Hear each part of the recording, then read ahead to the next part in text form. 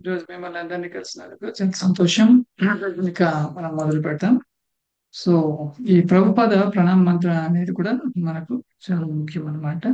So Prabhupada ప్రణామ మంత్ర యొక్క సంస్కృత మూలపాఠం మరియు దాన్ని తెలుగు లిప్యంతరీకరణ కింద ఈ విధంగా ఇవ్వబడింది. మీరు కూడా చూడవచ్చు. నమ ఓం విష్ణుపాదాయ కృష్ణ ప్రేష్టాయ భూతలే శ్రీమతి భక్తి వేదాంత స్వామినితి నామినే నమస్తే సారస్వతి దేవే గౌరవాణి ప్రచారిణే నిర్విశేష శూన్యవాది పాశ్చాత్య దేశతారిణే. దీని తెలుగులో అర్థం ఏమంటే, ఈ భూమిపై శ్రీకృష్ణునికి అత్యంత ప్రీతిపాత్రమైన ఆయన గురుజీ క్లారిటీ పాదపద్మం. లేదు గురుజీ.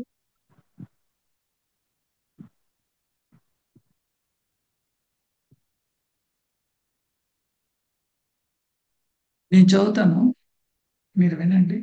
ఈ భూమిపై కృష్ణునికి అత్యంత ప్రీతిపాత్రమైన ఆయన పాదపద్మముల వద్ద ఆశ్రయం పొందిన ఆయన దివ్య కృప ఏసి భక్తి వేదాంత స్వామి ప్రభుపాదునికి నా వినయపూర్వకమైన ప్రణామాలు అని మనం ప్రతి ఒక్కరూ ప్రభుపాదుల వారికి ప్రణామం చేయాలి. ఇక ఈ రెండు లైన్ల అర్థం ఏంటంటే, ఓ ఆధ్యాత్మిక గురు, గౌరవాణి అంటే శ్రీ చైతన్య మహాప్రభు సందేశం ప్రచారంలో నిమగ్నమైన మీకు నా నమస్కారములు. నిర్విశేష అంటే నిరాకారవాదము, శూన్యవాదము నిండిన పాశ్చాత్య దేశాలను ఉద్ధరించిన మీకు నా సాదర ప్రణామములు అని ప్రభుపాదులకు మనం మొదటగా ప్రణామం చేయాలన్నమాట. సో ఈ మంత్రాన్ని పఠించడం ద్వారా భక్తులు శ్రీల ప్రభుపాదుల వారి కరుణ పొంది వారి హృదయాన్ని శుద్ధి చేసుకుని మనస్సుని శ్రీకృష్ణుని వైపునకు మరలవచ్చు అని నమ్ముతారు. సో ఆ మంత్రంలో అంతా పవర్ ఉన్నది.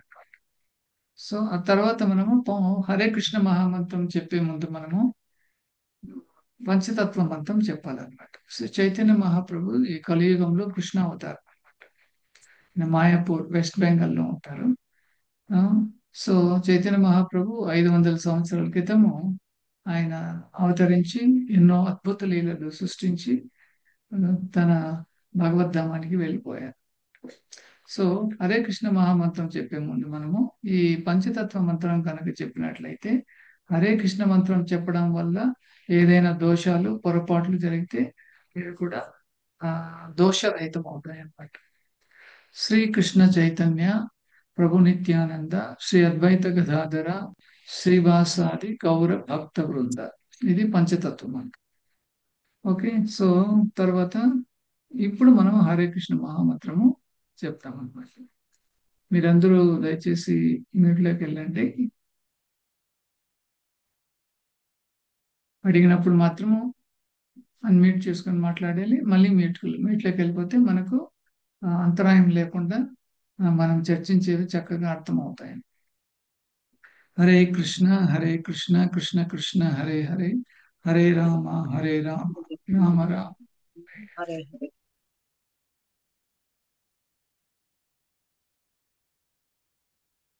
సరే. సో ఇది నిన్న జరిగిన 14వ అధ్యాయంలో ఒక చిన్న ఆ, పునర్విమర్శ చేసుకుంటాము. సో మనకు తెలిసిన విధంగా మూడు రకాలమైన గుణాలు ఉన్నాయి ఈ భౌతిక ప్రపంచంలో: సత్వగుణము, రజోగుణము, తమోగుణము. అయితే ఖచ్చితంగా ఈ మూడు గుణాల్లో ఉండాలని ఏం లేదు. ఆ, ఒక ఒకే వ్యక్తిలో మూడు రకాలమైన గుణాలు ఉండవచ్చు. పొద్దున ఒక గుణం, మధ్యాహ్నం ఒక గుణం, సాయంత్రం ఒక గుణం, రాత్రి ఇంకో గుణం, లేదా మిక్స్డ్ గుణాలు కూడా ఒక వ్యక్తిలో ఉండవచ్చు అనమాట. 3x3 9, 9x9 81. ఆ విధంగా ఒకే వ్యక్తిలో రకరకాలమైనటువంటి ఆ, మిక్స్డ్ గుణాలు కలిగి ఉంటారన్నమాట. ఆ విధంగా వాళ్ళు ప్రవర్తిస్తూ ఉంటారు. సో మరి గుణం యొక్క ఆధిపత్యాన్ని తెలుసుకోవడం గురించి మనం చర్చించాం శ్లోకం 10 నుంచి 13లో.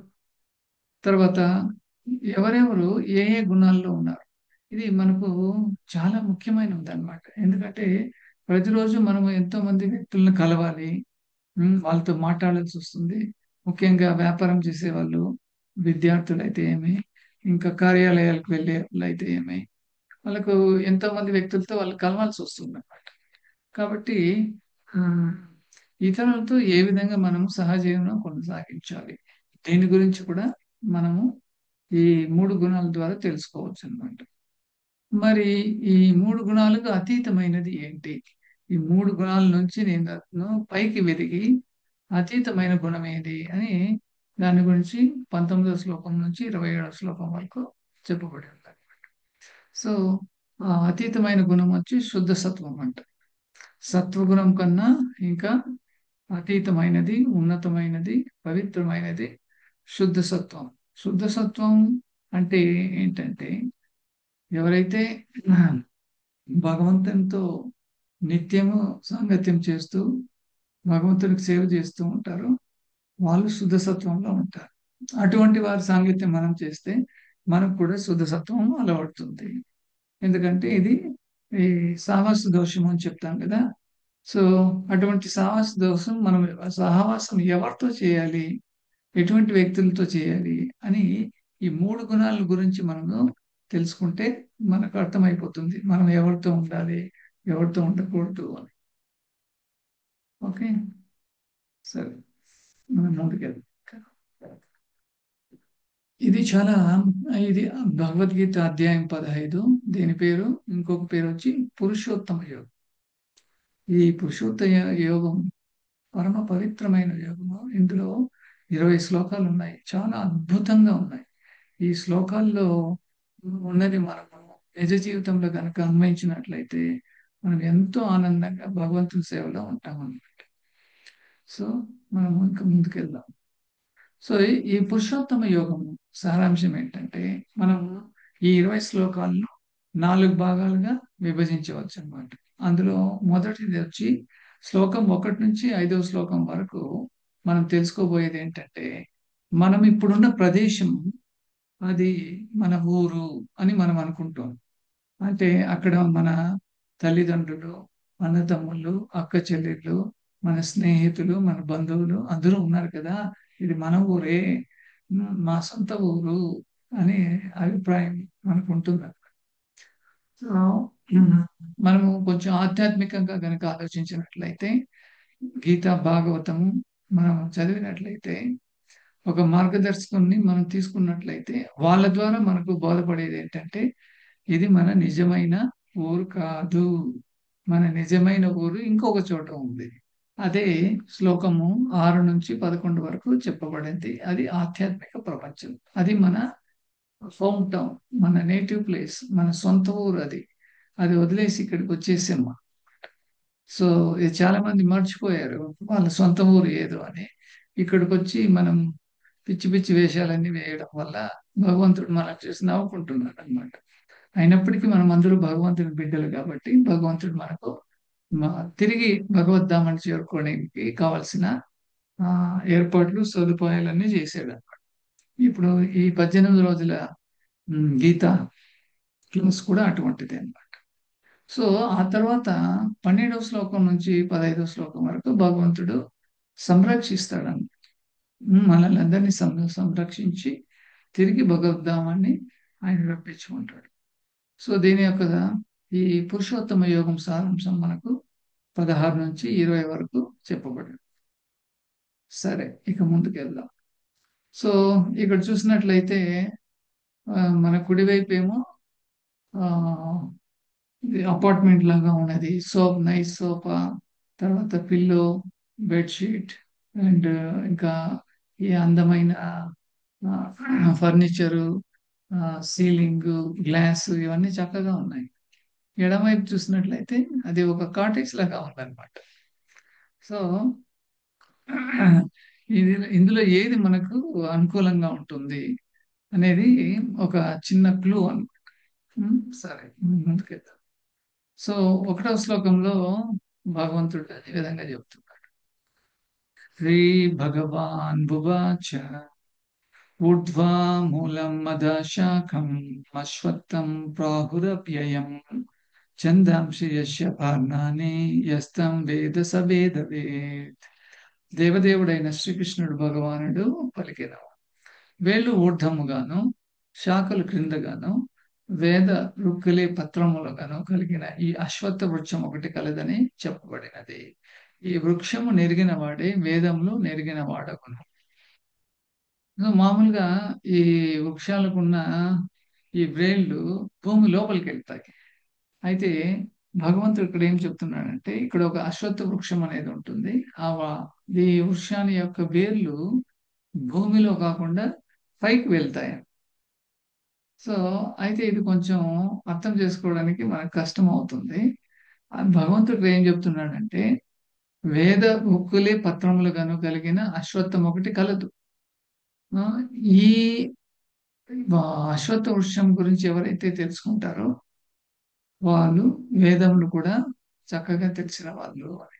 సో దీని గురించి శీల ప్రభుపాదుల వాళ్ళు ఆ చాలా పెద్ద భాష్యం చెప్పారన్నమాట. అది మనము గీత అధ్యయనం క్లాస్ లో మనము చర్చించినప్పుడు ఇంకా లోతుకి వెళ్తాం అనమాట. సరే మనం ముందుకు వెళ్దాం ఇక్కడ.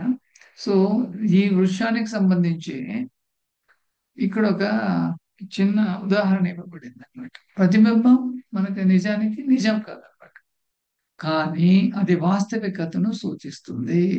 భౌతిక ప్రపంచం మరియు దాని వైవిధ్యాల అనుభవం నిజమైన ఆధ్యాత్మిక ప్రపంచం యొక్క ఉనికిని సూచిస్తుంది. ఇక్కడ మీరు బొమ్మలో చూసినట్లయితే ఈ కింద ఉన్నది నీళ్లు, ఇక్కడేమో వృక్షం ఉన్నది, ఇక్కడ సూర్యుడు ఉన్నాడు. సూర్యుని వెలుగు ఈ చెట్టు పైన పడడం, ఆ చెట్టు యొక్క నీడ ఛాయ ఈ నీటిలో కనిపిస్తుంది అన్నమాట. సో మనము బాగా గమనించినట్లయితే ఇది చూడండి, మీ వృక్షం ఎలాగో ఉందో నీటిలో కూడా అలాగే ఉంటుంది.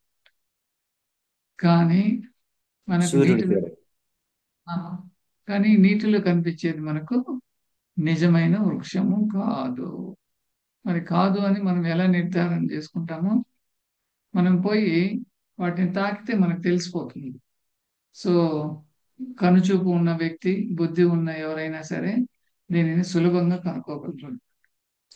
అయితే ఇంకొక విషయం మనం గమనించాల్సింది ఇక్కడ ఏంటంటే, మరి ఈ నీళ్ళల్లో ఈ ఆ ప్రతిబింబం ఎలా కనిపించింది అంటే నిజమైనది ఉంటేనే ప్రతిబింబం కనిపిస్తుంది కదా. సో అది చాలా ముఖ్యమైన పాయింట్ మనకు. అదే విధంగా ఆధ్యాత్మిక ప్రపంచం కూడా ఉన్నది. దాని యొక్క నీడ, ఆ నీడనే ఈ భౌతిక ప్రపంచం అంటాం అనమాట. కానీ ఇది నిజమైన ఆధ్యాత్మిక జగత్తు కాదు, మనం నీడలో చూస్తున్నది, షాడోలో చూస్తున్నది. అయితే ఈ విధంగా మనకు కనిపిస్తుంది కాబట్టి ఆధ్యాత్మిక ప్రపంచము ఖచ్చితంగా ఉంటుంది అనే దాని గురించి ఈ 1 నుంచి 5వ శ్లోకాల్లో చెప్పబడింది. మనకు ఈరోజు సమయం కనుక ఉన్నట్లయితే చివరిలో 20 శ్లోకాలు మనము చదవచ్చు అనమాట. చూస్తాం టైం ఎంతవరకు మనం ఆదా చేయగలం.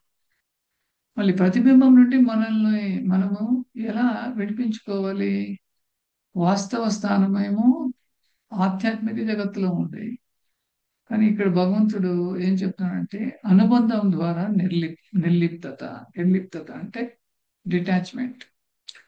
భగవంతునితో ఎప్పుడైతే మనము అనుబంధము, సంబంధము, సేవ, భక్తియుత సేవ ఇవన్నీ భగవంతునితో మనం కలిగి ఉంటామో అప్పుడు ఈ భౌతిక ప్రపంచంలో మనం ఉన్నప్పటికీ కూడా దానిని అంటనట్టుగా ఉంటామన్నమాట. సో కొందరు వ్యక్తులు చిన్న చిన్న అధికారాలను కూడా వదులుకోలేదన్నమాట. వాళ్ళు అంటే వాళ్ళకు వైరాగ్యము కానీ ఏమాత్రం ఉండదన్నమాట. ఎందుకు ఆ విధంగా జరుగుతుందంటే తనే ఈ శరీరం అనుకోవడం. మరి దీన్ని ఏ విధంగా పరిష్కరించుకోగలడు ఆ వ్యక్తి అంటే చాలా సులభం. భగవద్గీతలో భగవంతుడు 2వ అధ్యాయంలో చెప్పినట్టుగా దాన్ని మనం పాటించినట్లయితే మనము ఈ శారీరక భావన నుంచి బయటికి రాగలుగుతాం. ఓకే, సో ఇక్కడ ఉదాహరణ ఒక కుక్క చూపించబడింది. దాని దగ్గరికి ఎవరన్నా వస్తే కూడా వాళ్ళ ఇంటి దగ్గర అది భౌ భౌ భౌ భౌ అంటుంది. ఇది నా ఇల్లు, ఆ, నేను గొప్ప వ్యక్తిని, ఈ ఇంటికి యజమాని నేను అన్నట్టుగా అది ప్రవర్తిస్తుంది అనమాట. కానీ దాని పరిధి ఎంతవరకు? ఆ ఇంటి పరిసరాల వరకే అన్నమాట, అంతకన్నా మించి ఉండదు. సో కుక్కకే ఈ విధంగా ఉంటే మరి భౌతిక ప్రపంచంలో ఉన్న మనిషి తన నిజమైన వాస్తవ స్థానాన్ని తెలుసుకోకుండా తను ఉన్న ఇల్లు అయితే ఏమి, తన చుట్టూ ఉన్న పరిసరాల ప్రాంతం ఏమి, అవే శాశ్వతం అనుకొని దాని గురించి వాటిని రక్షించుకోవడానికి ప్రయాసపడుతూ ఉంటాడు. కానీ అది అశాశ్వతం కదా! సో, అది అతనికి తెలియకపోతుంది. సో, ఈ విధంగా ఈ ప్రతిబింబం నుండి మనల్ని ఎలా విడిపించుకోవాలంటే, భగవంతునితో, భక్తులతో మనము అనుబంధం ఏర్పరచుకోవాలన్నమాట. ఆ విధంగా మనము ఈ ఈ భౌతిక ప్రపంచం నుంచి మనల్ని తప్పించుకొని ఆధ్యాత్మిక జగత్తుకు మనం వెళ్ళవచ్చు. ఇప్పుడు ఒక చిన్న పట్టిక ఉన్నది ఇక్కడ. ఆధ్యాత్మిక కుటుంబము మరియు భౌతిక కుటుంబము వీటి మధ్య ఉన్న తేడా ఏంటి? లేదా వాళ్ళ యొక్క ప్రవర్తన ఏ విధంగా ఉంటున్నదని మనం కొంచెం విశ్లేషించొచ్చు. సో, సౌకర్యవంతమైన అవకాశాలు వస్తే ఆధ్యాత్మిక కుటుంబం ఏం చేస్తుంది? అవి శరీరాన్ని కాపాడుకోవడానికి అవసరమైన కనీస అవసరాల కోసం మాత్రమే పనిచేస్తాయి. అంటే లగ్జరీస్ పోర్ అన్నమాట వీళ్ళు. లగ్జరీస్ పోకుండా ఉన్న వాటిని ఉన్న వాటితో సర్దుకొని ఆహ్, చాలా కోఆపరేషన్‌తో వెళ్తూ ఉంటారన్నమాట. అంటే కేవలం శరీరాన్ని కాపాడుకోవడం. ఎందుకు? శరీరం భగవంతుడిచ్చింది కాబట్టి భగవంతుని సేవకు ఉపయోగించాలి. అదొకటి. మరి భౌతిక కుటుంబం వాళ్ళు ఎలా ఆలోచిస్తారంటే, వారు కేవలం పదార్థాన్ని కూడబెట్టుకోవడం కోసం కష్టపడి పనిచేస్తారు. బ్యాంక్ బ్యాలెన్స్ పెంచుకుంటారు. చివరకు ఆహ్, ఆ బ్యాంక్ బ్యాలెన్స్ అతనికే దొరక్కపోతుంది. లేదా అతను మరణిస్తాడు. అతను మరణించిన తర్వాత అతను కొన్ని సంవత్సరాల నుంచి సేవ చే సేవ్ చేసిన ఆ డబ్బంతా ఇంకెవరెవరో అనుభవిస్తారనమాట. అది భౌతిక కుటుంబం.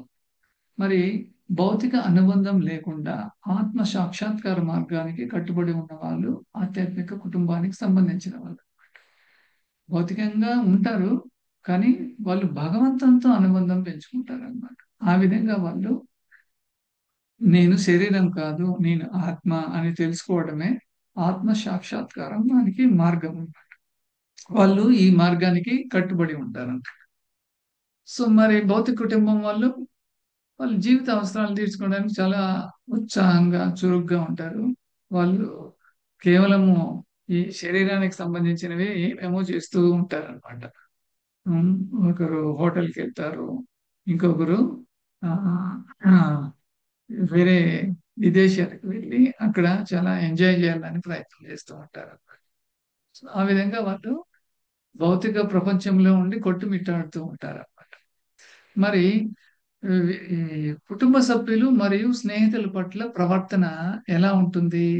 ఆధ్యాత్మిక కుటుంబానికి సంబంధించిన వాళ్ళు ప్రాథమిక అవసరాలు మాత్రమే తీర్చుకుంటారు. మన హిందీలో చెప్తారు కదా! రోటీ, కపడా, మకాన్ అని. ఆ! వాటికి మాత్రమే ఏమేమి కావాలో అంత మాత్రమే తీసుకుంటారనమాట. అయితే భౌతిక కుటుంబం అయితే వాళ్ళు విలాసవంతమైన జీవితం గడుపుతారు. దీనికి కూడా ఒక ఉదాహరణ చెప్పుకోవచ్చు మనము. ఒక రోడ్‌లో ఒక బియ్యం మూట పడిపోతుంది. సో, పక్షి వచ్చి దానికి ఎంత కావాలో అంత మాత్రమే తీసుకెళ్తుంది. కానీ మనిషి వచ్చి మూట మూట ఎత్తుకెళ్తాడనమాట. వాడికి కావాల్సిన మూట అవసరం లేదు. పక్షి చూడండి కొంచెం మాత్రమే కొన్ని గింజలు మాత్రమే తీసుకెళ్తుంది. సో, ఆ విధంగా ఈ భౌతిక కుటుంబంలో ఉన్న వ్యక్తి యొక్క ప్రవర్తన ఎలా ఉంటుందంటే, తను ఎప్పుడు విలాసవంతమైన జీవితం గడపాలని అనుకుంటాడు. అయితే ఆధ్యాత్మికంగా, స్పిరిచ్యువల్‌గా ఉండే వ్యక్తి అయితే ప్రాథమిక అవసరాలు మాత్రమే ఆయన తీసుకుంటాడు. మనిషికి ఏమేమి కావాలి అవి మాత్రమే తీసుకొని విలాసవంతమైన లగ్జరీలకు వెళ్ళడనమాట. మళ్ళీ కుటుంబ సభ్యులు మరియు సంఘం నుండి సలహా ఏంటి? ఆహ్, గురు సాధు శాస్త్రాన్ని చురుగ్గా వీళ్ళు అనుసరిస్తారనమాట. గురువు అంటే ఏమి? ఆ! సాధువుల సాంగత్యం ఏంటి? తర్వాత శాస్త్రంలో ఏం చెప్పబడింది? గీత, భాగవతం, చైతన్య చరితామృత, పద్మ పురాణంలో ఏం చెప్పబడింది? అది మనము ఏ విధంగా అనుసరించాలి అనే దానికి ఆధ్యాత్మిక కుటుంబము ఎప్పుడూ పాటుపడుతూ ఉంటుంది. వీళ్ళు భౌతిక కుటుంబంలో వాళ్ళు అంగీకరించారు. కానీ అనుసరించరనమాట. కొందరు అంగీకరిస్తారు. కొందరు అంగీకరించరు. అయితే ఆధ్యాత్మిక కుటుంబం వాళ్ళు దాన్ని అనుసరిస్తారు. అవును. కృష్ణుడే దేవాది దేవుడు. భగవద్గీత మన జన్మకు మార్గదర్శకత్వము అని తెలుసుకోగలుగుతారు. హ్మ్. సో, చివరగా ఇక్కడ శ్రీకృష్ణుని ప్రసన్నం చేసుకోవడం ద్వారా ఈ ఆధ్యాత్మికంగా ఆహ్, మా ఆధ్యాత్మికంగా ఉన్న వ్యక్తులు ఆనందం పొందుతారు. మరి భౌతిక కుటుంబం వాళ్ళు ఇంద్రియ తృప్తి మాత్రమే వాళ్ళు అనుభవిస్తారు. ఇంద్రియ తృప్తి అంటే మంచి మంచి భోజనాలు చేయడం, తర్వాత ఈ సెక్స్ లో పాల్గొనడం, గ్యాంబ్లింగ్ చేయడం, రకరకాలమైనటువంటి జంతువులను చంపి వాటిని తినడం, meet eating, gambling, illegal sex, ఇవన్నీ చేస్తూ ఉంటారు అనమాట. అది ఎందుకంటే వాళ్ళ ఇంద్రియ తృప్తికి. అయితే ఆధ్యాత్మికంగా ఉన్న వాళ్ళు ఎప్పుడూ కృష్ణుని ప్రసన్నం చేసుకోవడానికి నేను ఏం చేయాలి, అటువంటి సంబంధించిన కార్యకలాపాలే అతను చేస్తాడు అనమాట. ఓకే. సో జీవితానికి ఒక మనకున్న గుణపాఠం మనకు మీరు గమనించినట్లయితే మన స్కూల్ డేస్ లో మనం ఒక పోయం చదువుకున్నాం by Robert Frost, the road not taken. So అది మీకు గుర్తు చేసుకున్నట్లయితే మనకు భగవంతుడు ఆ మంచి బుద్ధిని ఇచ్చాడు అనమాట. దానిని మనం సరిగ్గా వినియోగించుకోకపోతే దానికి కృష్ణుడు జవాబుదారు కాదనమాట. ఒక మార్గాన్ని మనం ఎంచుకోవాలి. ఎంచుకున్న ముందు మనం ఏం చేయాలి? సో సొంత మార్గమా లేదా దేవుని మార్గమా, అంటే నేనేమి అనుకుంటున్నానో అదే సరైనదా, లేదా భక్తులు తర్వాత ఈ చరిత్ర, ఈ పురాణాలు, ఇతిహాసాలు ఏం చెప్తున్నాయో భగవంతుడి గురించి అది కరెక్టా? సో తను మనకు మనం ఏదైనా అనుకోవచ్చు, కానీ అది కరెక్టా కాదా అని మనము ఈ శాస్త్రాలు, సాధువులు, గురువుల ద్వారా మనము నిర్ధారించుకోవాలి. అవన్నీ నిర్ధారించుకున్న తర్వాత మనము నిర్ణయం తీసుకోవాలి. ఒక రోడ్డు తీసేసుకున్న తర్వాత అరే నేను ఈ రోడ్డు తీసుకోలేదే అని మనము రిగ్రెట్ అవ్వకూడదు అనమాట. కాబట్టి ఏ రోడ్డు తీసుకోవాలి అనేది ముందుగానే మనం ఆలోచించాలి. అది అదేం పెద్ద కష్టమైనది ఏం కాదనమాట. మనము నిజంగా మనం నిజాయితీ అయితే భగవంతునికి మనం సేవ చేయాలని ఉద్దేశం మనకుంటే భగవంతుడే మనకు కల్పిస్తాడు. అయితే మనకు మనం సొంతంగా ఇది చేస్తే బాగుంటుంది, అది చేస్తే బాగుంటుంది అలా ఊహించుకోకూడదు. ఓకే. సో ఈ కుడివైపు చూసినట్లయితే ఇందులో భౌతిక ప్రపంచము ఉన్నదన్నమాట. ఇక్కడ అతల వితల సుతల రసాతల పాతాలు, ఈ భూమి కింద ఉన్న ఈ ఈ లోయర్ ప్లానెట్స్ అన్నమాట. ఈ మరి మధ్యలో మనం ఉన్న భూలోకంలో ఉన్నాము. మన పైన ఇంకా స్వర్గలోకము, ఆ తర్వాత ఇంకా జనలోకం, తపలోకం, బ్రహ్మలోకం వరకు కూడా ఉన్నాయి అన్నమాట. ఈ 14 లోకాల్లో కలిపి మనం ఏమంటామంటే భౌతిక ప్రపంచం అంటాం. ఇది ఒక అండం అన్నమాట. ఇటువంటి అండాలు ఇక్కడ చూడండి ఎన్నెన్నో ఉన్నాయి. భౌతిక జగత్తులు ఎన్నెన్నో ఉన్నాయి అన్నమాట. అయితే వీటికన్నా మించిన ఇంకొక లోకం ఉన్నది, అదే ఆధ్యాత్మిక జగత్తు. సో ఈ ఆధ్యాత్మిక జగత్తుకు పోవడానికి మన ప్రయాసము, ఇదే మన సొంత ఊరు, ఇదే మన హోమ్ టౌన్, ఇదే మన నేటివ్ టౌన్. దీన్ని వదిలేసి మనము వచ్చేసాం. ఇక్కడ జనన మరణ జనన మరణం దుఃఖాలతో ఇక్కడ మనము అట్టడికి పోతున్నాం అనమాట. అందుకే శ్రీల ప్రభుపాదుల వాళ్ళు వేదాలలో ఏం చెప్పబడిందో అదన్నీ మనకు భగవద్గీత ద్వారా మనకు చెప్పి మనల్ని ఎంతో ఎన్లైటన్ చేశారనమాట శ్రీల ప్రభుపాదుల వాళ్ళు. సో మనకు భాగవతంలో చాలా డీప్ గా ఇచ్చారు ఈ డీటెయిల్స్. వైకుంఠ లోకం ఎక్కడుంది, వైకుంఠ లోకంకు ఇంకా పైకి వెళ్తే అంటే 500 మిలియన్ యోజనాలు కనుక మనం ప్రయాణం చేసినట్లయితే అక్కడ ఉన్నది గోలోక బృందావనం. సో మనం ఏం చేయాలి? ఇక్కడ ఒక మార్గాన్ని మనం ఎంచుకునేదానికి ప్రయత్నం చేయాలి.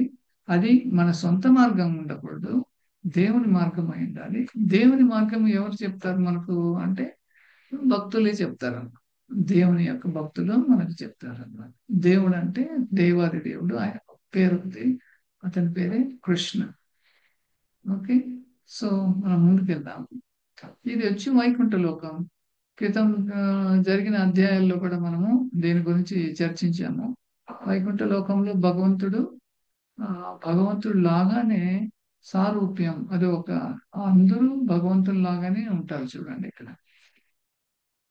అయితే వాళ్ళందరికీ తెలుసు నేను స్వామి యొక్క ఆ సేవకుణ్ణి అని సేవాభావంతో వాళ్ళు ప్రేమపూర్వకంగా ఎల్లప్పుడూ భగవంతునికి సేవ చేస్తుంటారు వైకుంఠాన్ని.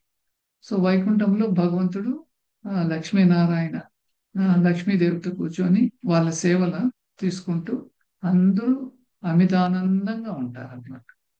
ఇది వైకుంఠం యొక్క. మరి ఇంకా 500 బిలియన్ యోజనాలు పైకి వెళ్తే అక్కడ గోలోక వృందావనం. ఇక్కడ భగవంతుడు ఏం చేస్తాడు? భక్తులతో ఆడుకుంటున్నాడు. ఇక్కడ వైకుంఠంలో భగవంతుడు ఆడుకోవట్లేదు, సేవ తీసుకుంటున్నాడు వాళ్ళ దగ్గర. ఇక్కడ భగవంతుడే వాళ్ళకి సేవ చేస్తున్నాడు. అది ఒక చిన్న వ్యత్యాసం అన్నమాట.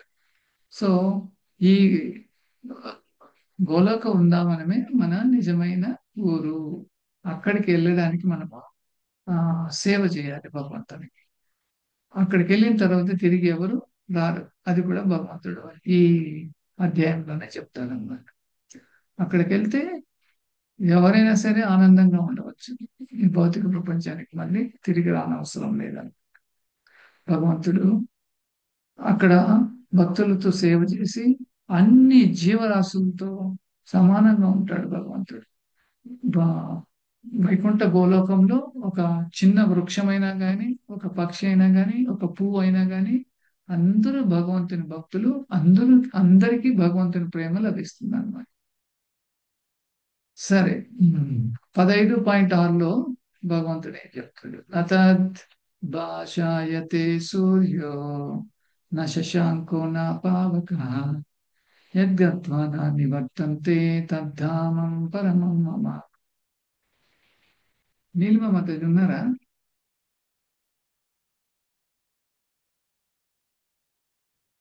ఓకే. అనువాదం. అట్టి నా దివ్యధామము సూర్యునిచే గాని, చంద్రునిచే గాని, అగ్నిచే గాని, విద్యుత్తులచే గాని ప్రకాశింపజేయబడదు. చూడండి, గోలోక వృందావనంలో మన ఇంట్లో పవర్ కట్ అయితే మనం యూపీఎస్ పెట్టుకుంటాం కదా. సో అట్లాంటివి ఏమి ఉండవు అనమాట.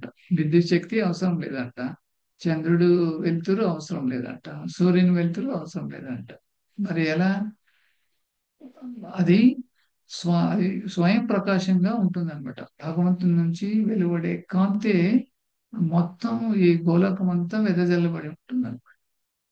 సో ఆ అటువంటి లోకానికి ఎవరైతే వెళ్తారో తిరిగి ఈ భౌతిక జగత్తుకు ఎప్పుడు తిరిగి రారు అని భగవంతుడు ఇక్కడ చెప్తున్నాడు 15.6. ఓకే. ఇక్కడ చూడండి, ప్రభుపాదుల వాళ్ళు ఇంకొకటి మనకు క్రాస్ రెఫరెన్స్ ఇచ్చారు. బ్రహ్మ సంహితలో 5.29లో భగవంతుడు ఏం చెప్తున్నారు?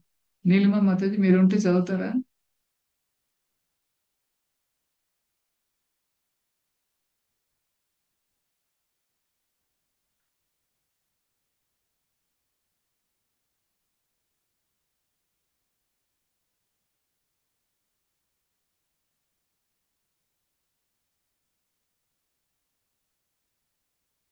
చింతామణి ప్రకట చింతామణి ప్రకర సద్మశు కల్ప వృక్ష లక్ష్యావృతేషు సురభిరభిపాలయంతం లక్ష్మీ సహస్రశత సంభ్రమ సేవ్యమాన గోవిందమాది పురుషం తమః. లక్షలాది లక్ష్మీదేవులచే మరియు గోపికలు ఎల్లప్పుడూ ఎంతో భక్తితో ఆప్యాయతతో సేవిస్తూ ఆధ్యాత్మిక రత్నాలతో నిర్మితమైన ఆధ్యాత్మిక ఆ, నివ ఆధ్యాత్మిక రత్నాలతో నిర్మింపబడిన నివాసాలలో గోవులను మేపుతున్న మొదటి మూల పురుషుడైన గోవిందుడిని నేను పూజిస్తున్నాను అని బ్రహ్మదేవుడు శ్రీకృష్ణుణ్ణి స్తుతిస్తున్నాడు అన్నమాట. ఈ బ్రహ్మ సంహిత ఆ బ్రహ్మచే విరచితమైనది. బ్రహ్మ ఇది కేవలం ఇందులో సుమారు 100 పైన అధ్యాయాలు ఉన్నాయి. అయితే 5వ అధ్యాయం మాత్రము చైతన్య మహాప్రభు తిరువట్టార్, తమిళనాడులో ఒక తిరువట్టార్ అనే ఒక ప్రదేశం ఉంది. అక్కడ చైతన్య మహాప్రభు దాన్ని వెలికి తీశాడు అనమాట. అందులో ఆ చాప్టర్లో ఈ విధంగా ఉన్నది.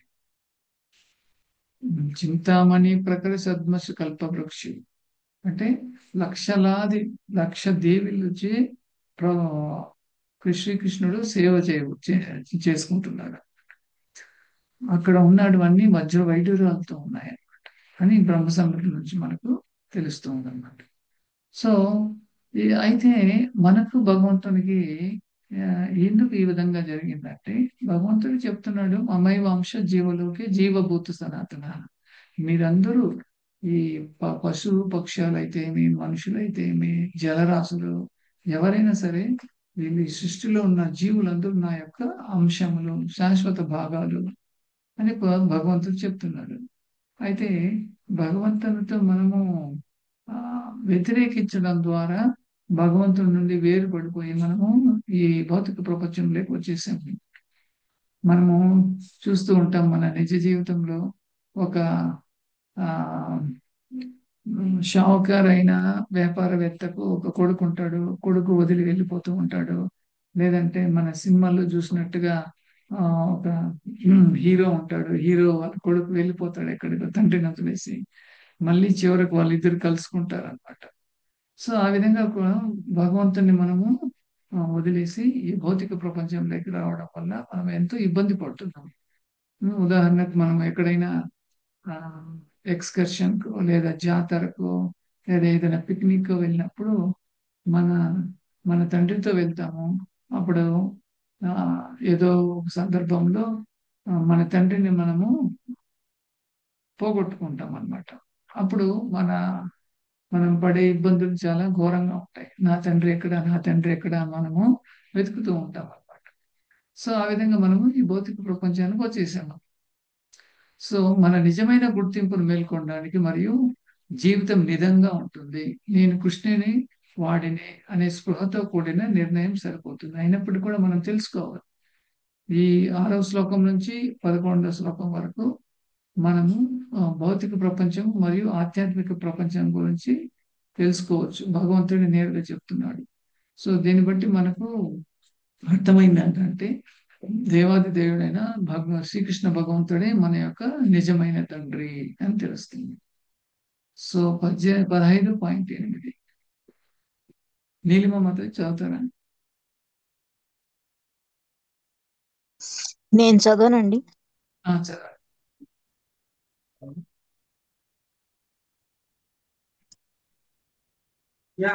శరీరం యదా వాప్నోతి యచ్చాప్యుత్ర మతీశ్వరః గృహీతత్వాని సంయాతి వాయుర్గంధ నివాసయాత్. అనువాదం కూడా చదవండి. వాయువు గంధమును మోసుకొని పోవునట్లు జీవుడు భౌతిక జగత్తును విభిన్నమయములైన తన భౌతిక భావ సంస్కారములను ఒక దేహం నుండి మరొక దేహమునకు గొనిపోవుచుండును. ఈ విధంగా అతడు ఒక దేహమును గ్రహించి తిరిగి మరి ఒక దేహమును గ్రహించుటకై దానిని విడిచివేయును. సో శరీరం శరీరం యదవాప్నోతి అంటే వాయువు గంధమును మోసుకొని పోతుంది. ఇప్పుడు మనం ఇంట్లో వంట చేస్తే వాయువు అంటే గాలి ఏం చేస్తుంది, మన వంట చేసే పదార్థాన్ని ఆ వాసనను అది తీసుకెళ్తుంది. ఇంకొక చోట ఇంకొక రకమైన వాసన వస్తే దాన్ని కూడా తీసుకెళ్తుంది. సో అదే విధంగా ఈ భౌతిక జగత్తులో విభిన్నములైన భౌతిక భావ సంస్కారంను ఒక దేహం నుండి మరొక దేహంలో కొనిపోవచ్చు ఉంటుంది. ఈ విధంగా అతడు ఒక దేహమును గ్రహించి తిరిగి మరి ఒక దేహమును గ్రహించుటకై విడిచి ఉన్నారు. అయితే ఇప్పుడు ఈ శరీరంలో మనకు ఎటువంటి అలవాట్లు ఉన్నాయో అది మంచి అలవాట్లు అయినా కావచ్చు, దురలవాట్లు అయినా కావచ్చు, మనకు అదే వాసనలు తిరిగి మనం ఇంకో శరీరంలో కూడా ప్రవేశించబడతాయి అన్నమాట. అయితే భౌతిక శరీరం మాత్రమే ఇక్కడ నశించింది.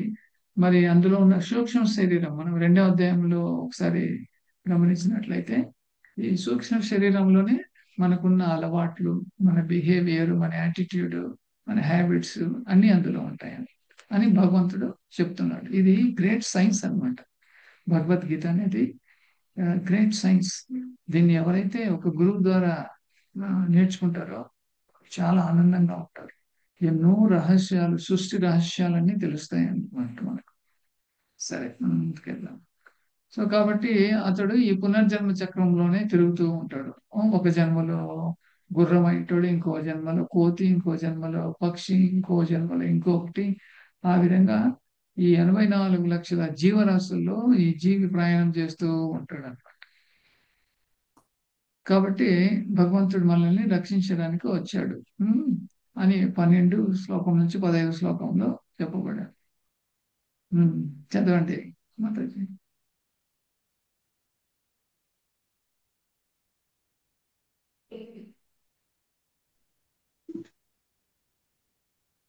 గామాయిస్యా చ భూతాని ధారయామ్యాహ నేను మోసజ. ఏమండి? చదవండి చదవండి, కంప్లీట్ చేయండి. గామావిస్యా చ భూతయాని ధారయామ్యహ మోజసా పుష్టామి చౌషధీః సర్వాః సోమో భూత్వా రసాత్మకం. అనువాదం కూడా చదవండి. నేను ప్రతి గ్రహమునందును ప్రవేశింతును. నా శక్తి చేతనే అవి తమ కక్షయందు నిలిచియున్నవి. నేనే చంద్రుడనై సర్వ ఔషధములకు జీవరసమును సమకూర్చుతున్నాను. ఈ విధంగా కృష్ణుడు అందరినీ సంరక్షిస్తున్నాడు అన్నమాట. ఉమ్, ప్రతి ఒక్క గ్రహంలో ఇప్పటికి కూడా ఈ సైంటిస్టులు వాళ్ళకు సరైన బుద్ధి లేదని మనం చెప్పవచ్చు ఇక్కడ. వాళ్ళు ఇంకా రీసెర్చ్ చేస్తూనే ఉన్నారు. కొత్త కొత్త గ్రహాలు వస్తున్నాయి అంటారు. ఒక గ్రహం ఒక కక్ష నుంచి ఇంకో చోటికి పోయిందంటారు. వాళ్ళకి ఏది సరిగ్గా అర్థం కాలేదన్నమాట. అయితే 15.13 భగవద్గీత ఎవరైతే చదువుతారో వాళ్ళకు ఇందులో ఉన్న అనుమానాలన్నీ తొలగిపోతాయి. ఇక్కడ భగవంతుడు ఏం చెప్తున్నాడు చూడండి. నేను ప్రతి గ్రహమునందు ప్రవేశిస్తున్నాను. అయితే ఈ గ్రహాలన్నీ ఒక కక్షలో ప్రయాణం చేస్తూ ఉంటాయి. అటు ఇటు పోవన్నమాట. అది ఎందుకంటే భగవంతుడు వాటిని నియంత్రిస్తున్నాడు. ఉదాహరణకు మనకు ఓ సూర్యుడు కొంచెం ఏదో మైన్యూట్ గా కొంచెం దగ్గరకు వస్తే మనము చాలా విలవిల్లాడిపోతాం. ఆ ఎండకు తట్టుకోలేము. సో దాన్ని ఏమంటాం మనము వేసవి కాలం అంటాం. తర్వాత సూర్యుడు కొంచెం అటు వెళ్ళి చంద్రుడు కొంచెం దగ్గరికి వస్తాడు. అప్పుడు దాన్ని మనం చలికాలం అంటాం. ప్రస్తుతం మనం ఉండేది చలికాలం. సో ఇవన్నీ ఎలా జరుగుతున్నాయి అంటే ఈ బుద్ధి లేని సైంటిస్టులు వీళ్ళు ఏమనుకుంటున్నారు, ఆ ఏదో ఒక శక్తి ఉంది, ఏదో జరుగుతా ఉంది అని అనుకుంటున్నారు. వాళ్ళకి ఎవరు ఈ విధంగా వీటిని నియంత్రిస్తున్నారు, ఎవరు సృష్టించారో తెలియదు వాళ్ళకి. ఉమ్, వాళ్ళు కూడా వాళ్ళకు కూడా ఏదేదో ప్రైజులు కూడా ఇస్తా ఉన్నారు. సో కాబట్టి వాళ్ళు భగవద్ధామని చేరుకునే అవకాశం లేదు. వాళ్ళ జీవితం అంతా ఈ గ్రహాల గురించి పరిశోధన చేసే దాంట్లోనే సరిపోతుంది. మళ్ళీ ఇంకో గ్రహంలో ఇంకొక జీవి పుడతాడు, భగవద్ధామని చేరుకునే అవకాశం లేదన్నమాట. సో భగవంతుడు ఇక్కడ ఏం చెప్తున్నాడు, ఆ దా ధారాయామి అహం మోజష పుష్ణామి చౌషధి సర్వాహ. పుష్ణామి సర్వాశ అంటే ఈ ఆ భౌతిక జగత్తులో ఉన్నవి ఈ పండ్లు అయితే ఏమి, ఈ పళ్ళల్లో కూరగాయలలో పళ్ళల్లో జ్యూస్ ఎక్కడి నుంచి వస్తుందంటే భగవంతుడు చెప్తున్నాడు, చంద్రుని ద్వారా నేను అందులోటి జీవరసం అంటే ఆ జ్యూస్ నేను ఇస్తున్నాను అని చెప్తున్నాడు. ఈ గ్రహాలన్నీ కక్షలో నడుస్తున్నాయి. డిసిప్లైన్ గా ఒకదాని చుట్టూ ఒకటి తిరిగి తర్వాత సూర్యుని చుట్టూ తిరిగి, ఇవన్నీ సూర్య కుటుంబం అయితే ఏమి, నెబ్యూల, పాలపుంత, ఇవన్నీ భగవంతునితో సృష్టించబడింది. భగవంతుడు ప్రతి ఒక్క గ్రహంలోనూ ఉన్నాడు.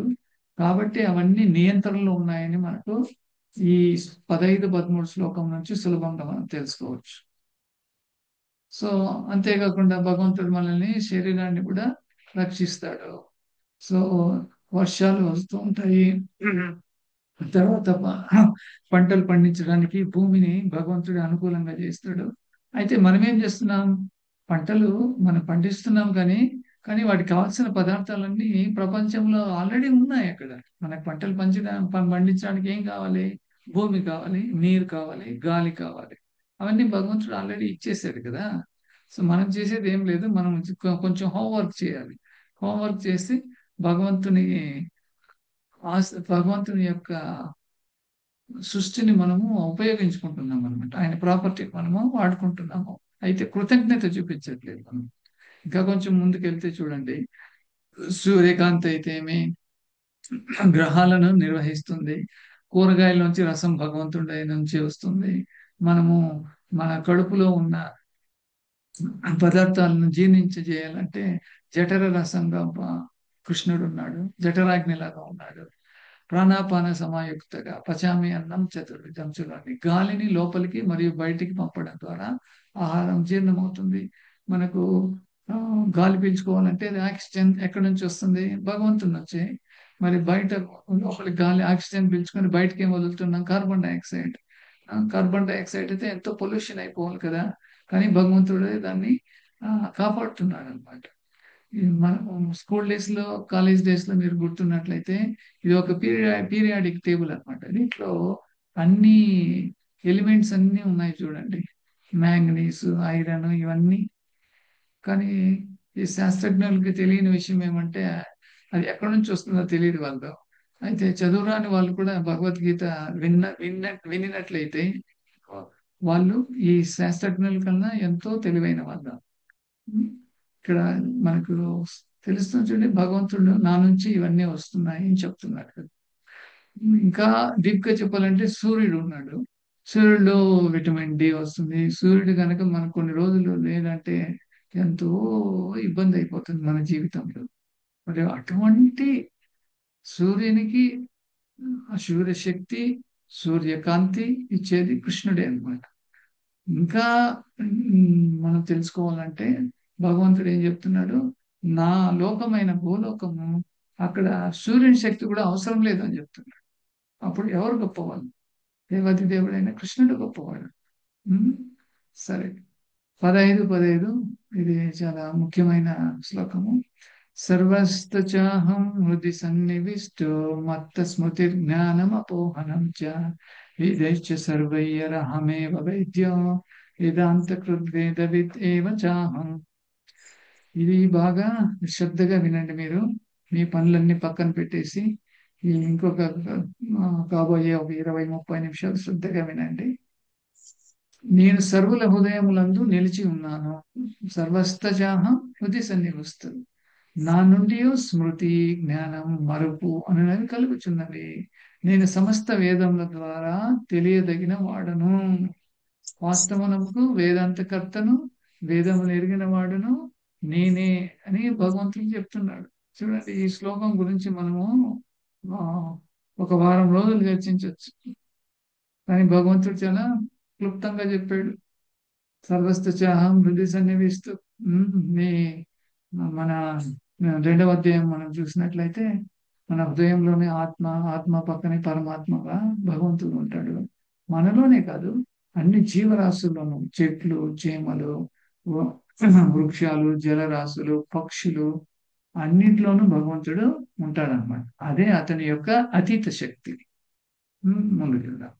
సో మతిమరుపు భగవంతుని దయ, అది మనకి అనేక బాధలు ఉన్నాయి కాబడుతుంది. అయితే ఫర్గెట్ఫుల్నెస్ కనుక మనకు లేకపోతే, అంటే భగవంతుడు అది కొన్ని సందర్భాల్లో ఇస్తాడు, కొన్ని సందర్భాల్లో ఇవ్వడు. అది భగవంతుని ఒక సృష్టి. సో అతను భగవంతుడు ఏ 2 రకాలుగా కూడా పోషించేవాడే. ఆధ్యాత్మికంగా అయితే భగవంతుడు గీతను బోధిస్తూ తన భక్తుల ద్వారా కూడా మనకు ఆధ్యాత్మిక జ్ఞానాన్ని అందించి ఆత్మను పోషిస్తున్నాడు. భౌతికంగా కూడా మనల్ని పోషిస్తున్నాడు. గాలి, నీరు, వాయువు, ఆకాశం ఇవన్నీ ఇచ్చి. ఇప్పుడు కృష్ణ మన దగ్గర ఏమి ట్యాంక్స్ కట్టమని అడగలేదు కదా. మనము ప్రతి ఒక్క సెకండ్ ఆక్సిజన్ పీల్చుకుంటున్నాం. కొన్ని నిమిషాలు ఆక్సిజన్ లేదంటే మనము శరీరం వదిలేస్తాం, మనం చనిపోయే అవకాశం ఉన్నది కదా. కానీ కృష్ణుడు దానికి ట్యాక్స్ కట్టమని ఏమైనా అడుగుతున్నాడా? లేదు కదా. అదేవిధంగా వెలుతురు ఇస్తున్నాడు, గాలి ఇస్తున్నాడు, నీరు ఇస్తున్నాడు భగవంతుడు. కాబట్టి మనము భగవంతునికి ఎంతో రుణపడి ఉన్నాం. ముఖ్యంగా ఈ మనిషి జన్మ మనకు వచ్చింది కాబట్టి మనిషి జన్మ ఎంతో ఉత్తమమైంది. దుర్లభం హి మనుష్య జన్మ. మనుష్య జన్మ దొరికేది మనకు చాలా చాలా దుర్లభం అన్నమాట. అయితే దాన్ని వృధా చేసుకోకుండా సద్వినియోగం చేసుకుని భగవంతుని సేవలో భగవంతుని దగ్గరికి వెళ్ళిపోయి అక్కడ మనము శాశ్వతంగా సేవ చేసుకోవడానికి ప్రయత్నం చేయాలి. అంతేగాని ఇక్కడ దిక్కుమాలిన వాళ్ళకి ఏదేదో సేవలు చేసుకుంటడం వల్ల దాని వల్ల మనకు వచ్చేది ఒరిగేది ఏమీ లేదన్నమాట. మనం ఒకే వ్యక్తికి ఎంత సేవ చేసినప్పటికి కూడా చివరికి అతను నువ్వు ఏం చేశాడు అంటావు. అప్పుడు మనము ఈ మిక్కిలి బాధకు మనం గురి అవుతాం. అయితే భగవంతునికి చిన్న సేవ చేస్తే స్వల్పమపి అస్య ధర్మస్య త్రాయతే మహతో భయత్. చిన్న సేవ భగవంతునికి చేస్తే భగవంతుడు దాన్ని భూతద్దంలో పెట్టి ఆహా, ఇంత చక్కగా నువ్వు సేవ చేసేవా అని భగవంతుడు మనల్ని కొనియాడి ఇంకా అవకాశాలు కల్పిస్తాడు. సో శ్రీమద్ భాగవతంలో ఈ శ్లోకం ఉన్నది. ఈ శ్లోకం ఏం చెప్తుందనంటే ఒక్కొక్క యుగానికి ఒక రకమైనటువంటి ఆధ్యాత్మిక మార్గం ఉన్నది అనమాట. కృతాయితే ధ్యాయిత విష్ణు ప్రేతాయం యజతోమకై ద్వాపరే పరిచర్యాయం కలవు తద్హరి కీర్తన. సత్యయుగంలో విష్ణుమూర్తిని ధ్యానించడం. చూడండి, ధ్యానించడం అంటే ఎవరినో కాదు, ఇక్కడ భగవంతుడు ఇక్కడ ఏం చెప్పబడింది, కృతాయితే ధ్యాయిత విష్ణు. ధ్యానం ఎప్పుడు విష్ణు పైన చేయాలి. ధ్యానం అంటేనే విష్ణు పైన చేయాలి. అంతేగాని వేరే ఏదేదో శూన్యంలో చూడటము, ఏదో ఒక దీపం చూడటం అట్లాంటిది చెప్పబడలేదు భాగవతంలో. కృతాయతే ధ్యాయత విష్ణు. విష్ణువు పైన మనము ధ్యానం చేయాలి. అది కృతయుగానికి సంబంధించింది. త్రేతాయుగంలో యజ్ఞాలు చేయడం ద్వారా, ద్వాపర యుగంలో భగవంతుని పాదపద్మాలను సేవించడం ద్వారా ఎలాంటి ఫలితాలు లభిస్తాయో కలియుగంలో కూడా హరే కృష్ణ మహామంత్రాన్ని పఠించడం ద్వారా పొందవచ్చు. కలౌ తద్ హరి కీర్తన అని ఇక్కడ చాలా స్పష్టంగా చెప్పబడింది. కలౌ తద్ హరి కీర్తన. అది కలియుగంలో హరినామ సంకీర్తనము చాలా సులభమైన మార్గం. ఇప్పట్లో ఎవరు ఆ, అది మందిరంలో చాలా ఎలాబొరేటెడ్ సేవలు చేయడానికి, మంత్రాలు చెప్పడానికి ఎవరు సిద్ధంగా లేరు. అదేవిధంగా ఈ హోమం చేయడానికి కావాల్సిన అనుకూల పరిస్థితులు లేవు. ధ్యానానికి అంతకంటే అనుకూల పరిస్థితులు లేవు. ఎందుకంటే అది ఒక యుగ ప్రభావం అన్నమాట. సో ఆ యుగానికి వీళ్ళు 1,00,000 సంవత్సరాలు బతికితే, వీళ్ళు 10,000 సంవత్సరాలు బతికితే, ద్వాపర యుగంలో 1000 సంవత్సరాలు బతికితే, కలియుగంలో 100 సంవత్సరాలే బతుకుతున్నాం. కాబట్టి ఆయుష్ క్షీణిస్తుంది, తర్వాత క్వాలిటీ కూడా తగ్గిపోతుంది. అందుకే భగవంతుడు ఈ యుగ వాసులకు ఏమి ఇచ్చాడంటే కలవు తద్ హరికీర్తన. హరికీర్తన చేయడానికి ఎవరైతే హరికీర్తన చేస్తారో వాళ్ళు భగవద్ధామాన్ని చాలా సులభంగా చేరు. సో జీవితానికి ఒక పాఠం ఏంటి ఇక్కడ? మనం ఇతరుల కోసం ఏదైనా చేసినప్పుడు మనం ప్రశంసలు పొందాలని ఆశిస్తాం కదా. ఏదన్నా చేస్తే వాళ్ళు మనల్ని గొప్పవాడు, నువ్వు చాలా మంచివాడు అని పొగడాలి. దాన్ని మనం ఆదరిస్తాం అనమాట. ఇతరులు మనకి ఏదైనా చేస్తే అది వారి కర్తవ్యంగా భావిస్తాం. మరియు భగవంతుడు ప్రతి పనిని ఎటువంటి నిరీక్షణ లేకుండా చేస్తాడు. అది షరతుల్లో రాని ప్రేమ అన్నమాట. సో అందులో కండిషన్స్ ఏముండవు. భగవంతుని సేవ చేయడంలో, భగవంతుని ప్రేమ పొందడంలో మనం నిజాయితీగా భగవంతునికి సేవ చేయాలి, ప్రేమపూర్వకంగా చేయాలి. భగవంతుడు నాకు ఇన్ని కల్పించాడు, మరి భగవంతునికి నేను ఏమి ఇవ్వాలి, ఏ విధంగా నా రుణాన్ని తీర్చుకోవాలి, ఏ విధంగా భక్తుల సాంగత్యం చేయాలి. అది ఒక జీవితం ఒక గుణపాఠం. దాని నుంచి భగవంతుడు మనల్ని సంరక్షించి, మనకు నిజంగా ఆశ కనుక ఉన్నట్లయితే భగవంతుడు ఆ సంరక్షణ తీసుకొని మనకు అన్ని సదుపాయాలు కల్పిస్తాడు అన్నమాట. వేదశ్చ సర్వైర్ అహమేవ వేద్య. వేదాలన్నీ చదవడం ద్వారా దాని అంతిమ కంక్లూషన్ ఏంటి అంటే కృష్ణుని తెలుసుకోవడం కొరకే అన్నమాట. మరి తెలుసుకుని నువ్వేం చేస్తావు? అక్కడితో ఆగిపోకూడదు. చాలా మంది తెలుసుకొని చాలా గర్వంతో నాకు ఋగ్వేదం తెలుసు, నాకు యజుర్వేదం తెలుసు, ఆ వేదం తెలుసు అంటారు. మరి నువ్వు కృష్ణుడు తెలుసు అని చెప్పట్లేదు ఆయన. సో గీత చదవడం ద్వారా మనకు అన్ని ఆ, శాస్త్రాలు మనకు చాలా సులభంగా తెలియబడతాయి. ఈ శ్లోకం చూడండి, చాలా బాగుంది ఇది. ద్వౌ ఇమౌ పురుషో లోకే క్షార సక్షార ఏవచ క్షార సర్వాణి భూతాన్ని కుటస్థో అక్షార యుచ్యతే. క్లాస్ అయిన తర్వాత మనం చదువులేండి. 20 శ్లోకాలు మనము మీ చేత చదివిస్తాను, నేను ప్రతి ఒక్కరి చేత చదివిస్తాను. ఇక్కడ చూడండి, నశ్వరులు అనశ్వరులు అంటే 2 రకాల జీవులు ఉంటారు. భౌతిక జగత్తుకు నందలి ప్రతి జీవి నశ్వరము కాగా ఆధ్యాత్మిక జగత్తు నందు ప్రతి జీవియు అనశ్వరం అని చెప్పబడింది. అంటే నశ్వరులు అంటే కిందికి పడిపోయే వాళ్ళు అనమాట. అంటే కిందికి పడిపోయే వాళ్ళు అంటే నిలబడి మనం మామూలుగా పడిపోతామా, అలా కాదండి. ఏ లోకానికి వెళ్ళినా మనము ఇంకొక లోకానికి, కింది లోకానికి మనము పడిపోతాం అనమాట. దాన్ని నశ్వరం అంటారు అనమాట. మరి అనశ్వరులు అని ఎవరు అంటారంటే ఆధ్యాత్మిక జగత్తులు ఎవరైతే ఉంటారో వాళ్ళు అనశ్వరులు. వాళ్ళు కిందికి వచ్చే అవకాశం లేదు. ఈ రెండు రకాలైనటువంటి వ్యక్తుల గురించి భగవంతుడు 15 పదాలు చెప్పాడు అనమాట. సో భౌతిక ప్రపంచంలోని ఎప్పుడు ఏకాంతాన్ని అనుభవించాలని కోరుకుంటారు. సో వాళ్ళు భగవంతుడు వాళ్ళకు తదాస్తు అని చెప్పి ఇక్కడే అన్ని సౌకర్యాలు కల్పిస్తాడు. అయితే ఎప్పుడు కృష్ణునితోనే ఉండాలి మరియు ఆధ్యాత్మిక ప్రపంచాన్ని విడిచిపెట్టకూడదని కోరుకున్న వాళ్ళకు భగవంతుడిని నేరుగా వాళ్ళని తీసుకుంటాడు. మనం ఎంతో ఆనందంగా, ఎంతో సంతోషంగా భగవంతునితో మనము సాంగత్యం చేస్తూ అక్కడ ఎలా రోజులు గడిచిపోతాయి కూడా మనకు తెలియదు అనమాట. అటువంటి జగత్తే ఆధ్యాత్మిక జగత్తు. ఒకరేమో ఆధ్యాత్మిక జగత్తును తిరస్కరిస్తారు. ఆ కొందరు ఈ ఆధ్యాత్మిక జగత్తును పడిన వాళ్ళు భగవద్ధామాన్ని చేరుకుంటారు. యస్మాత్ క్షారం అతితో మక్షారం అపితో చోత్తమ అతోస్మి లోకే వేదే చ ప్రతీత పురుషోత్తమ. ఇక్కడ భగవంతుడు చెప్తున్నాడు క్షార అక్షార పురుషులకు అతీతుడు అంటే ఇక్కడ వీళ్ళిద్దరూ ఉన్నారు. భగవంతుడు కూడా వీళ్ళిద్దరిలో ఒకరు అని మనం అనుకోకూడదు, నువ్వు పొరపాటు పడకూడదు అని భగవంతుడు ఏం చెప్తున్నాడు. క్షార అక్షార పురుషులకు నేను అతీతుడును, ఉత్తమోత్తముడును అగుడిచే నేను జగమునందును మరియు వేదములందును పురుషోత్తమునిగా ప్రసిద్ధి నొందితిని. ఎంతో మంది పురుషులు ఉంటారు, అందులో ఉత్తముడైన పురుషుడు ఒకడే ఒకడు, ఆయనే శ్రీకృష్ణ భగవంతుడు అని 18వ శ్లోకంలో భగవంతుడు చెప్పాడు. అత్యున్నతమైన పరిణితి చెందిన వ్యక్తి శ్రీకృష్ణుడు అనుసరిస్తే మనం పతనమైన వారిగా కూడా అన్ని విజయాలను పొందగలము. మనం పతనం అయ్యామన్నమాట. వైకుంఠ గోలోకం నుంచి భూలోకానికి వచ్చేసాము అంటే మనం పతనం అయినట్టే కదా. ఇక్కడ కాంక్రీట్ ప్రూఫ్ ఏంటంటే మనము ఈ భౌతిక జగత్తులోనే ఉన్నాం కదా, ఇక్కడికి వచ్చేసాం కదా, అదే ప్రూఫ్ అన్నమాట. అయినప్పటికీ కూడా మనము కృష్ణుడిని అనుసరిస్తే ఈ గీతలో భగవంతుడు ఏం బోధించాడో అది ఒక ఆధ్యాత్మిక గురువు ద్వారా మనము అనుసరిస్తే మనం కూడా విజయాలు సాధిస్తాం. వేదాల యొక్క అత్యంత రహస్య అవగాహన శ్రీకృష్ణుడు పరమాత్మ కనుక అతడు పూజనీయుడు. దీన్ని ఎప్పుడు స్మరిస్తే జీవితం పరిపక్వం అవుతుంది. అలా లేకుండా నాకు తెలిసిన సినిమా యాక్టర్ ఉన్నాడు, లేదా నాకు అభిమాని అయిన రాజకీయ నాయకుడు ఒక ఆయన ఉన్నాడు, లేదా నాకు తెలిసిన ఒక సెలబ్రిటీ ఉన్నాడు, వాళ్ళే చాలా గొప్ప వాళ్ళు ఈ ప్రపంచంలో అనుకోవడం మనము మూర్ఖత్వం అవుతుంది అన్నమాట. ఇక్కడ వేదేశ్చ సర్వయ్య అహమేవ వేద్య, వేదాల నుంచి అన్ని తెలుసుకోవడం వల్ల దాని కన్క్లూషన్ ఏంటంటే కృష్ణుడే దేవాది దేవుడు అని నిర్ధారించడం.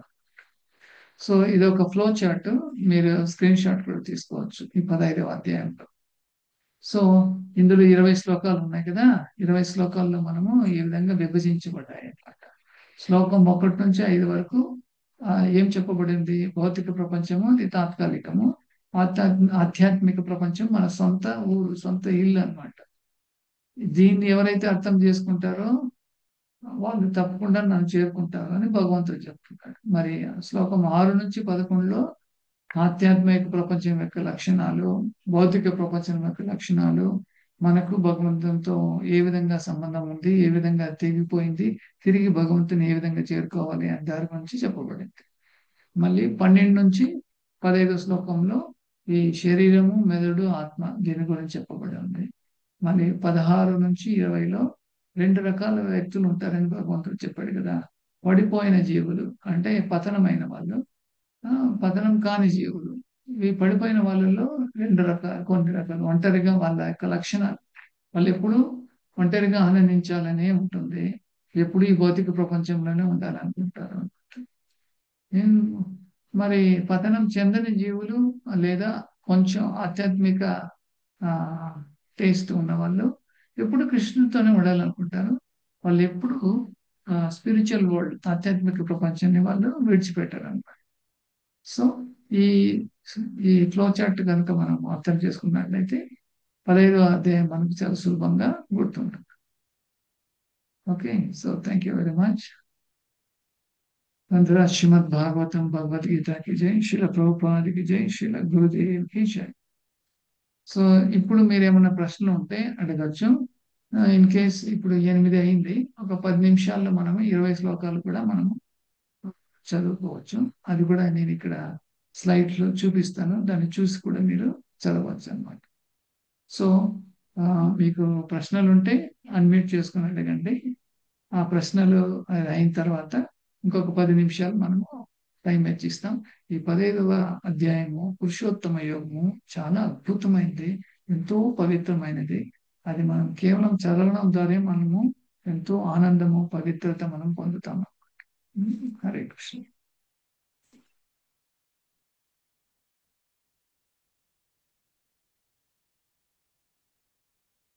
సరే, మనం ఇంకా ముందుకెళ్దాము. ఈ శ్లోకం ఇక్కడ ఉన్నది చూడండి. శ్లోకం ఉన్నది రెడ్ కలర్ లో, అనువాదం ఉన్నది. సో ఇప్పుడు మనం చిన్న మెథడ్ ఫాలో అవుతాం. ఏంటంటే మీరందరూ అన్నింటిలో అలాగే ఉండి నేను చెప్పేది విని మీరు రిపీట్ చేయాలి.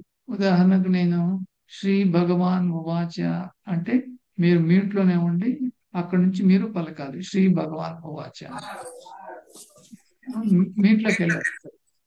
సో హరే ప్రభు. హరే కృష్ణ. నీలిమ మాతాజీ ఎస్ ప్రభు. సో నీలిమ మాతాజీ నేను చెప్పేది రిపీట్ చేస్తుంది. సో నీలిమ మాతాజీ ఎప్పుడైతే చెప్తుందో అప్పుడు మాతాజీతో పాటు మీరందరూ పలకాలి. అయితే మీరందరూ మ్యూట్ లో ఉండాలి. మ్యూట్ లో ఉండి మీరు పలకాలి. అందరూ అన్మ్యూట్ చేసుకుంటే ఏమవుతుంది అంటే మొత్తం డిస్టర్బ్ అయిపోతుంది, ఎవరు ఏది చెప్పేది అర్థం కాదు. ఓకే, మీరు దేనికి సిద్ధంగా ఉండండి. మనము ఈ 20 శ్లోకాలు ఇప్పుడు మనము చదువుతాం. శ్రీ భగవాన్ ఉవాచ. శ్రీ భగవానువాచ. సో నీలిమ మాత చెప్పినప్పుడు మీరు చెప్పాలి, అన్మ్యూట్ లోనే ఉండాలి. ఓకే. ఊర్ధ్వా మూలం అధశాఖం ఊర్ధ్వమూలమదశాకం అశ్వత్థం ప్రాహురవ్యయం అశ్వత్థం ప్రాహురవ్యయం ఛందాంసి యస్య పర్ణాని ఛందాంసి యస్య పర్ణాని యస్తం వేద స వేదవేత్. యస్తం వేద స వేదవేద్. చదవండి మాతాజీ. దేవాది దేవుడైన శ్రీకృష్ణ భగవానుడు పలికెను. వేర్లు ఊర్ధ్వముగను శాఖలు క్రిందుగను వేదరుక్కులే పత్రములుగను కలిగిన శాశ్వతమైన అశ్వత్థ వృక్షం ఒకటి కలదని చెప్పబడినది. ఈ వృక్షము నెరిగిన వాడే వేదముల నెరిగిన వాడగును. తచ్చోర్ధం ప్రస్తుత శశాక అధచోర్ధ్వం ప్రస్తుతాస్య శాఖ నా ప్రవృత్త విషయ ప్రవాళ గుణ ప్రవృద్ధ విషయ ప్రవాళః అధశ్చ మూలాని అనుసంతతాని అధచ్చ మూల్యాననుసంతతాని కర్మాణి బంధిని మనుష్యలోకే. కర్మానుబంధీని మనుష్యలోకే. అనువాదం. ఈ వృక్ష శాఖలు భౌతిక ప్రకృతి త్రిగుణములచే పోషింపబడి ఊర్ధ్వ అధోముఖములుగా వ్యాపించి ఉన్నవి. దీని చిగురాకులే ఇంద్రియార్థములు. అధోముఖముగను ఉన్న వృక్షపు వేళ్లు మానవ లోకపు కామ్యకర్మలకు సంబంధించినవై ఉన్నవి. 5.3-4 నరూపం అచేష్య తతోపలభ్యతే నరూపమస్యేహ తదోపలభ్యతే నాంతో నచాదిర్న చ సంప్రతిష్ట నాంతో న చాదిన్న చ సంప్రతిష్ట అశ్వత్థమేనం సవిరుద్ధమూలం అశ్వత్థమేనం సువిరూఢమూలం అసంగశస్త్రేణ దృఢేన చిత్వా అసంగశస్త్రేణ దృఢేన చిత్వా తత్పదం తత్పరిమార్జితవ్యం తతఃపదం తత్పరిమార్గితవ్యం యస్మిన్ గతాన నివర్తంతి భూయః యస్మిన్ గతాన నివర్తంతి భూయః మేవ చాద్యం పురుషం ప్రపద్యే తమేవ చాద్యం పురుషం ప్రపద్యే యథా ప్రవృత్తి ప్రస్తుత పురాణి. యత ప్రవృత్తి ప్రస్తుత పురాణి. అనువాదం. ఈ వృక్షపు యథార్థ రూపమును ఈ జగత్తునందు చూడబడదు. దాని ఆదిని గాని అంతమును గాని లేదా మూలమును గాని ఎవ్వరును అవగతము చేసుకొన జాలరు. కాని మానవుడు దృఢ నిశ్చయముతో అనాసక్తి అను ఆయుధముతో దృఢమైన వేలుగల ఈ సంసార వృక్షమును ఛేదింపవలెను. ఆ పిదప పునరావృత్తి రహితమైన దివ్య పదమును అన్వేషించి అనాది కాలము నుండి ఎవని వలన సర్వము ఆరంభమయ్యనో మరియు ఎవని నుండి సర్వము వ్యాప్తి నొందునో అట్టి దేవాది దేవుని అచ్చట శరణు పొందవలెను. 15.5 నిర్మన మోహాజిత సంగదోష నిర్మాణమోహాజిత సంగదోష ఆధ్యాత్మ నిత్య వినివృత్త కామ అధ్యాత్మ నిత్య వినివృత్త కామః ద్వంద్వైర్విముక్త సుఖదుఃఖసంజ్ఞైః ద్వంద్వైర్విముక్తా సుఖదుఃఖసంగైర్ గచ్చంత మూఢా పదమవ్యయం తత్. గచ్చంత్యమూఢా పదమవ్యయం తత్. అనువాదం.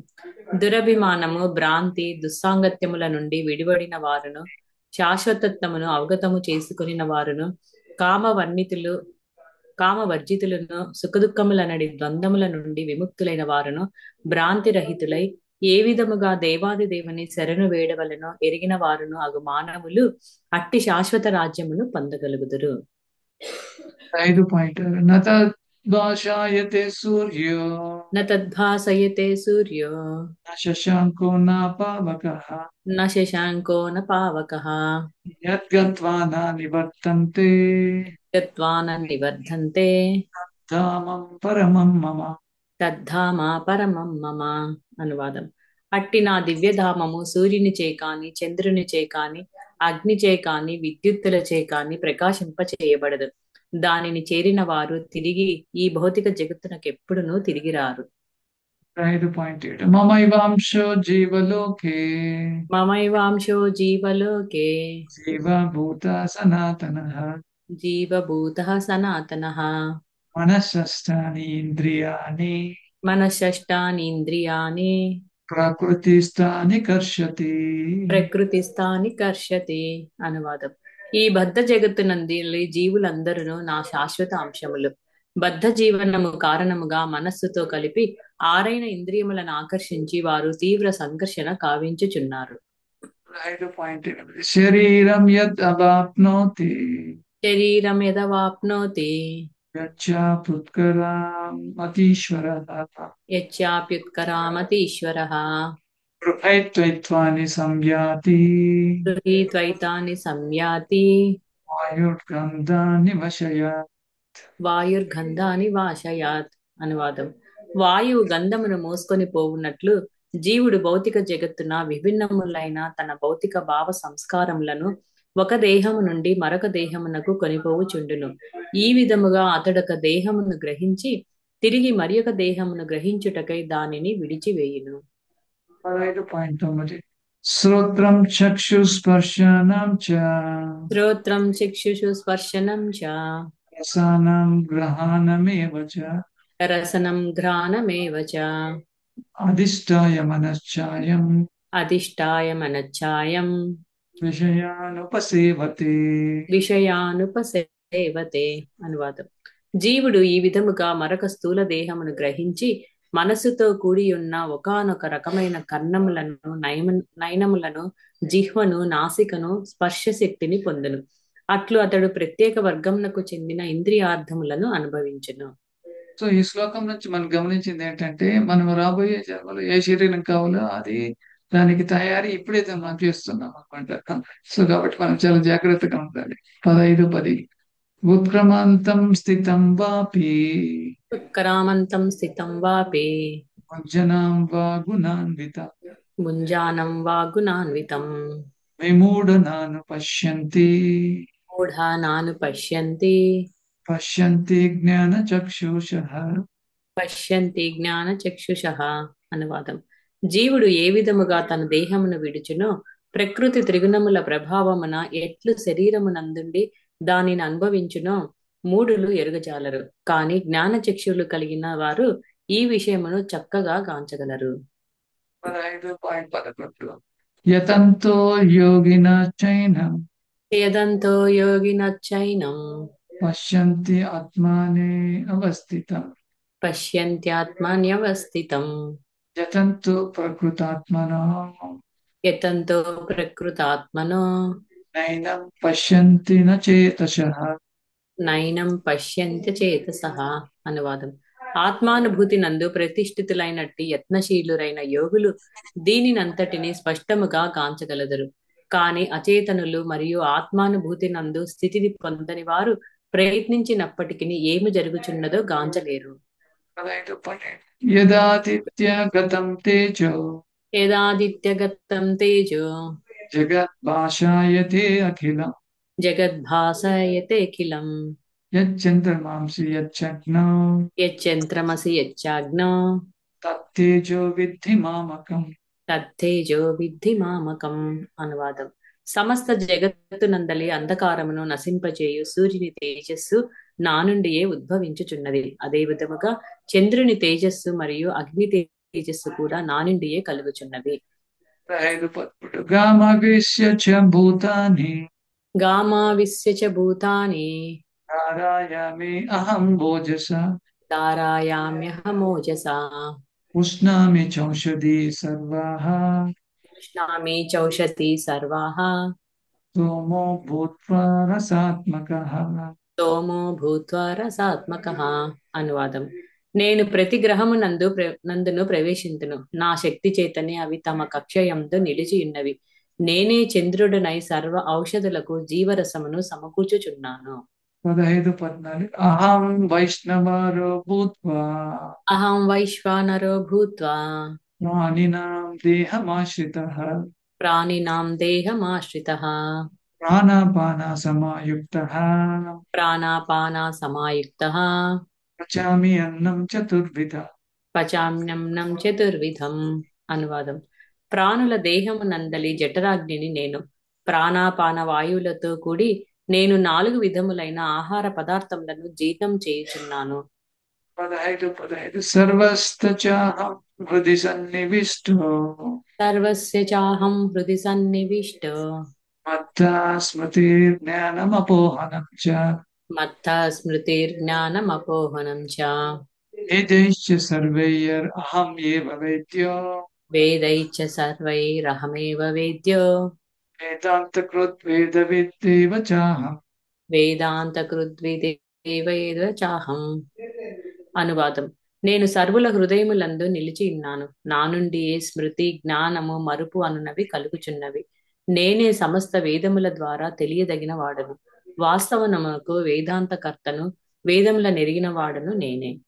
15.16 ద్వౌ ఇమౌ పురుషో లోకే ద్వామిమౌ పురుషో లోకే క్షారచక్షర ఏవ చ క్షరచాక్షర ఏవ చ క్షార సర్వాణి భూతాని క్షర సర్వాణి భూతాని కుటస్థో అక్షర యుజ్యతే.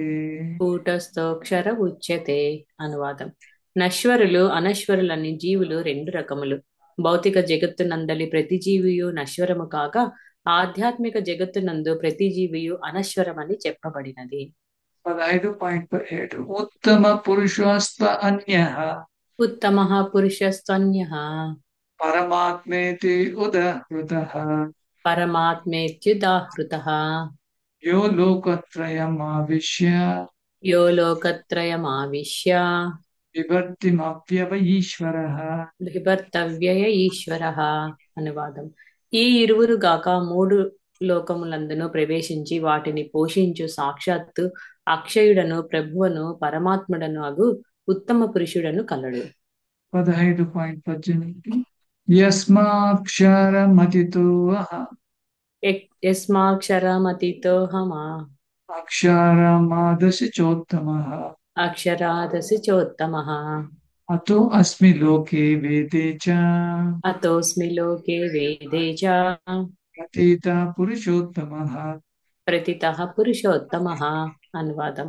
క్షర అక్షర పురుషులకు అతీతుడను, ఉత్తమోత్తముడను అగుటచే నేను జగమునందును మరియు వేదములందును పురుషోత్తమునిగా ప్రసిద్ధి నొందితిని. 15.10 యో మాం ఏవం అసమ్మూఢో యో మామేవ సమ్మూఢో జానాతి పురుషోత్తమం జానాతి పురుషోత్తమం స సర్వవిద్ధి భజతి మాం స సర్వవిద్భజతి మాం సర్వభావేన భారత. సర్వభావేన భారత. అనువాదం. ఓ భారత, సంశయరహితముగా నన్ను పురుషోత్తముడని తెలియదగిన వాడే సర్వజ్ఞుడు. అందుచే అతడు నా భక్తియుక్త సేవ యందు సంపూర్ణముగా నిమగ్నుడగును. 5.20 ఇతి గుహ్యతమాం శాస్త్రం ఇది గుహ్యతమం శాస్త్రం ఇదం ముక్తం మయా నఘ ఇదముక్తం మయా నఖ ఏతద్ బుద్ధ్వా బుద్ధిమాన్ ఏతత్ బుద్ధా బుద్ధిమాన్యాత్ కృతకృత్యశ్చ భారత. కృతకృత్యచ్చ భారత. అనువాదం. పాపరహితుడైన ఓ భరతవంశ కుమార, వేదమునందలి అత్యంత రహస్యమైన ఈ భాగమును నీకిప్పుడు నేను వెల్లడించి తిని దీనిని అవగాహన చేసుకొనిన వాడు బుద్ధిమంతుడు కాగలడు. అతని ప్రయత్నములు పరిపూర్ణ విజయమును సాధింపగలవు. హరే కృష్ణ ప్రభు. థ్యాంక్ యూ ప్రభు. హరే కృష్ణ. థ్యాంక్ యూ మాతాజీ. So here I stop.